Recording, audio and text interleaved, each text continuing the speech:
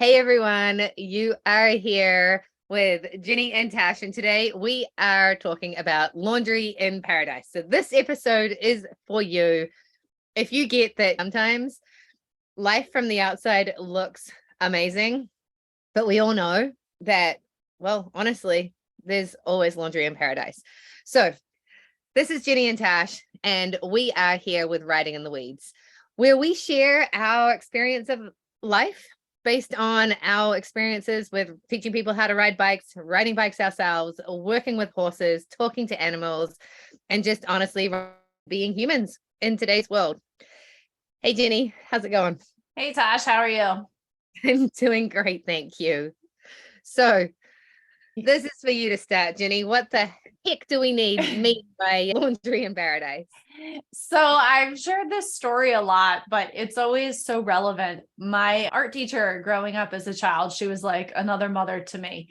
And she had this beautiful painting that always hung in the studio that was of her sister on the deck of a sailboat. And she has this beautiful tropical drink with a little umbrella in the coconut shell. And the background is gorgeous. There's beautiful water. And there's laundry hanging across the line on the deck of the sailboat. And my art teacher always said that the sort of dichotomy of this beautiful tropical scene with laundry hanging in it struck her when she took the photograph, and she knew she had to paint it because it doesn't really matter what the situation is. You've still got laundry. So that's where we're going to start today, because we've both been in some experiences lately, I think, where there's been some laundry. Well, and the first time you shared this story with me was when I woke up one morning and I'm on the beach in Mexico in my camper, living the dream. And I woke up to a jackhammer, and all I could hear was the jackhammering through this rock. And I was like, you've got to be kidding me. And my husband and I have been trying to decide if we were going to move and go to another beach or if we wanted to stay there. And I kind of got up and I was like, I think we need to get out of here because this might go on for the next 6 months. And we were Voxering at the time, and I'll never forget, like, the message that I got back from you was this exact story. And ever since then, it's highlighted every moment that I've been in where I'm like, that people are like, oh, there you are living your best life. And you're like, yep, I am for sure. But there's laundry in my paradise. And so you can be all hating on me because I'm living on the beach in Mexico, but that doesn't mean that there's not a jackhammer next door or a million other things that aren't perfect, right? Yeah. And I think this is a solid reminder that the pictures that you see people post online, the Instagrammers that have millions of followers, they've got laundry too. Everybody does. No one escapes that aspect about life. And to be sensitive that just because you see someone with something that looks amazing doesn't mean that they haven't worked very hard, or maybe even harder than most people to get there. It doesn't mean that they aren't experiencing pain and struggle on a daily basis. That there's a lot of hardship in this world. And that doesn't mean we shouldn't appreciate the beautiful moments, because I guarantee there's beautiful moments in Mexico where there aren't jackhammers. But at the same time, it doesn't exclude it just because it's, quote, paradise from someone outside looking in. Yeah, it's paradise, but they have all the same stuff there that you have where you are. It's normal. That's life. It's life. It's the dichotomy, to use your word. It's like this morning I got up and I have no data on my phone. I have no power in my power box. My power box was actually at the next door neighbor's, but I got to get up and go for a walk on the beach, and my dog played on the beach and I enjoyed the waves and the surf. And then I came home and the internet wasn't working and my solar panels aren't working, and I'm waiting for the water truck to arrive so that I can have a shower, because honestly, I still have conditioner in my hair from 3 days ago when I took a shower and we ran out of water. And I've been sitting in the coffee shop doing work for the last 3 days, and I don't really need to have a chai every morning, and I don't need to buy myself breakfast every morning, but I do need internet and I do need power.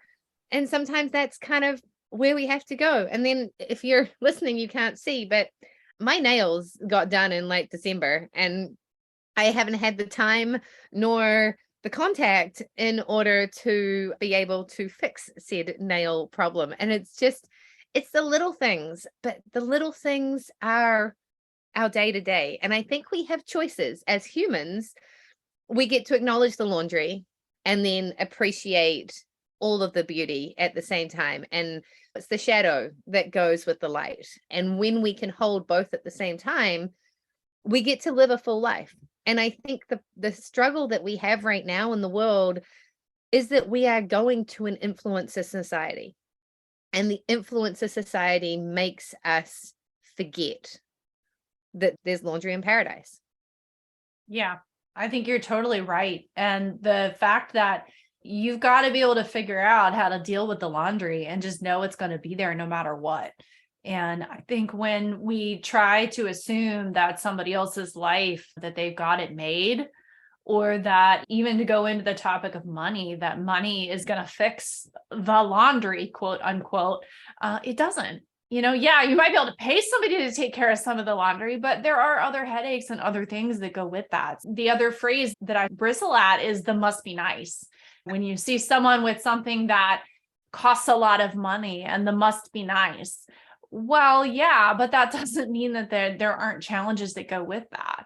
And it doesn't mean that you get to escape the regular parts of life. And that's just what it is, and if you can deal with the laundry in the middle of paradise, wherever you are could be paradise. And that's the thing I think we have to remember. That's 100%. And yeah, the must be nice it's fascinating. I have a friend and she's a relationship coach because although she's got all these other things in her life that are easy, relationships haven't been. And so she's worked really hard to have good relationships. And at the same time, I went to her retreat and it was amazing. And her house is incredible.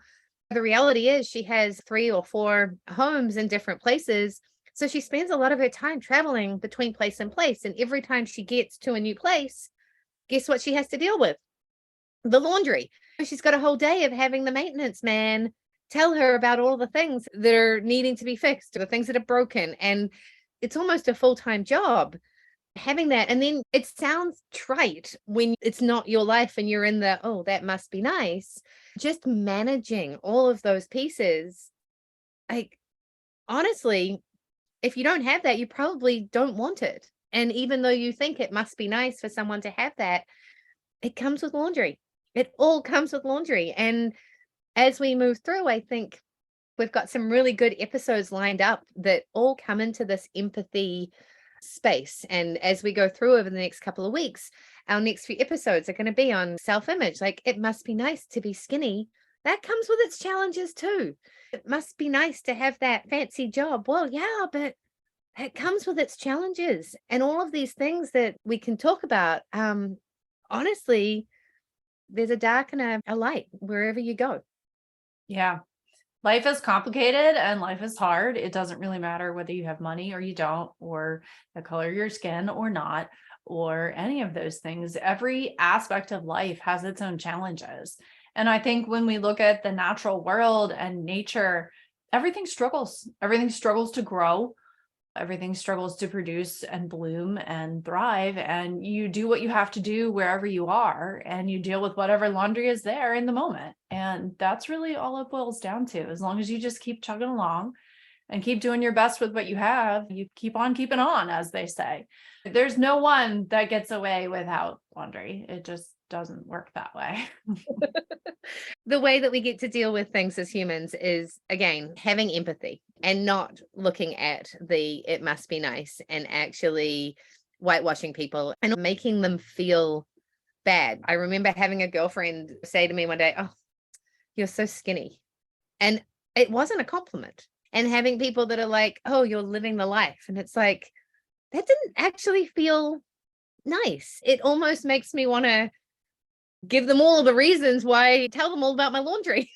I have to stop myself and be like, you know what? Thank you. Because I've made choices and I get to be where I am. And I love that you're looking at it from your perspective and to you, it looks good. But please don't take your judgment and put it on me. And I won't take my judgment and put it on you, because you just jumped off a gorgeous sailboat. And although it's a hard job you work on, it's also you get to do some amazing things too. And so I think there's really just that whole shadow side of things, and we can look at things in the positive and we can paint this gorgeous positive picture. But I think it is always really important that we're honest about the other stuff that's going on, because eventually it catches up. And I've always been really, really good at making the best of a situation and then burning out completely because I didn't actually manage the background emotions that were going on. And they kind of eat away at you until you break down. And when you don't feel like you have space to be in both spaces, because the world doesn't allow that, that's when we have mental issues. That's why we have depression. That's where we start actually going into wanting to sing the sad song over and over, because we don't feel like people are holding space for both sides of it. Yeah, the must be nice comment and those comments being skinny or living the dream and things like that, I think they end up being invalidating, because if you had tried to say, well, these are my struggles in this situation, they would be blown off. And that's not a really fair thing to do to anybody. No one's struggles are any better or worse, and yeah, sometimes people have it harder. I mean, this year has been horrific in terms of some natural disasters. There have been some massive flooding. There's been earthquakes in places in the world. And yeah, losing everything you have is a huge challenge, but that also doesn't invalidate someone else's struggles in a different way. If you're struggling and it's hard. And just because you're in paradise to someone else doesn't mean there are no struggles. And I think that's the biggest key takeaway here, is that just because it looks like paradise on the outside doesn't mean that it isn't challenging. And saying something like that to someone can be very invalidating and not really very fair to acknowledging that, life is life. It doesn't matter if you live in the tropics or in places that are supposed to get a lot of snow or wherever you are. It's hard. Says the girl who's missing her snow. Yes.